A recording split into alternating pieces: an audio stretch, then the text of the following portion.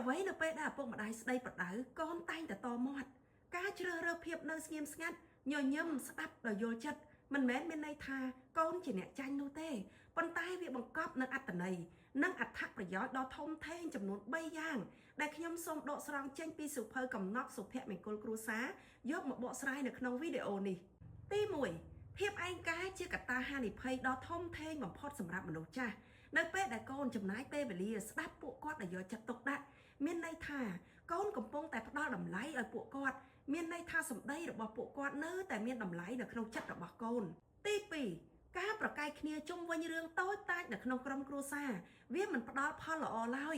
ការស្ដាប់ដោយយកចិត្តទុកដាក់ច្រើនជាងការតវ៉ានឹងធ្វើឲ្យកាត់បន្ថយ stress នៅក្នុងក្រុមគ្រួសារនិងបង្កើនបរិយាកាសសុខដុមរមនានៅក្នុងក្រុមគ្រួសារថែមទៀតផងទី3រឿងរ៉ាវដែលពួកគាត់យកមកចែករំលែកភាគច្រើនគឺជារឿងដែលពួកគាត់មានមោទនភាពបំផុតឬមួយក៏ជារឿងដែលគាត់ឈឺចាប់បំផុតដូច្នេះការស្ដាប់ដោយយកចិត្តទុកដាក់គឺនឹងធ្វើឲ្យកូនយល់អំពីឫសគល់នៃការលះបង់ពិតប្រាកដរបស់ពួកគាត់តើកូនត្រូវស្ដាប់ឪពុកម្ដាយដោយរបៀបណា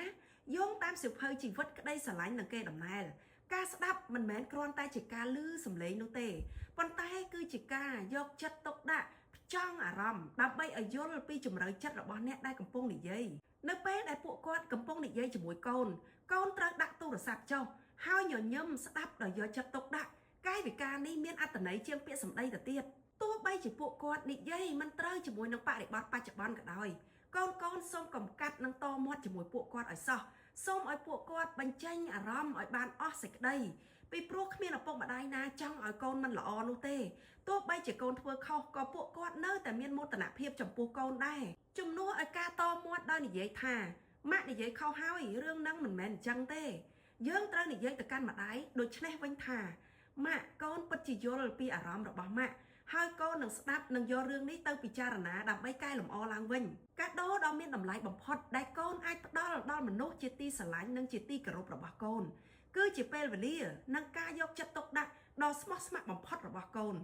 ចុះនៅពេលដែលកូនយកចិត្តទុកដាក់ស្ដាប់បង្គាប់ឪពុកម្ដាយហើយតើឪពុកម្ដាយត្រូវធ្វើដូចម្ដេចយោងតាមគោលការណ៍នៃការចិញ្ចឹមអប់រំកូនបែបវិជ្ជមានដែលមាននៅក្នុងសៀវភៅកំណត់សុភមង្គលគ្រួសារបានសរសេរថា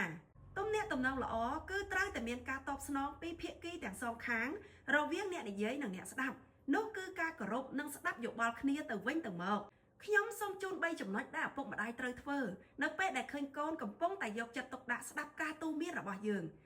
ឪពុកម្ដាយគួរតែញញឹមហើយពោលពាក្យសរសើរដូចជាអរគុណកូនដែលស្ដាប់បង្គាប់ប៉ាម៉ាក់សប្បាយចិត្តណាស់នៅពេលដែលឃើញកូនធ្វើដូច្នេះនៅពេលដែលឃើញកូនយល់ពីហេតុផលរបស់ខ្លួនហើយ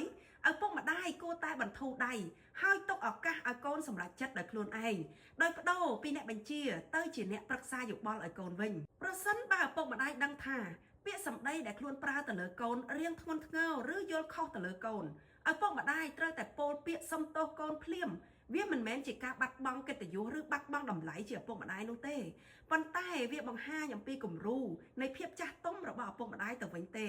ដែលធ្វើឲ្យកូនរឹតតែគោរពនិងស្រឡាញ់ឪពុកម្ដាយទ្វេដងឡើងថែមទៀតសរុបមកការស្ដាប់ឲ្យច្រើនជាងការតវ៉ាគឺជាការបង្ហាញនូវកតញ្ញូតាធម៌ដ៏ធំធេងចំពោះឪពុកម្ដាយសេចក្តីស្រឡាញ់នៅក្នុងក្រុមគ្រួសារមិនមែនវាស់វែងដោយការរកប្រាក់ចំណូលបានច្រើន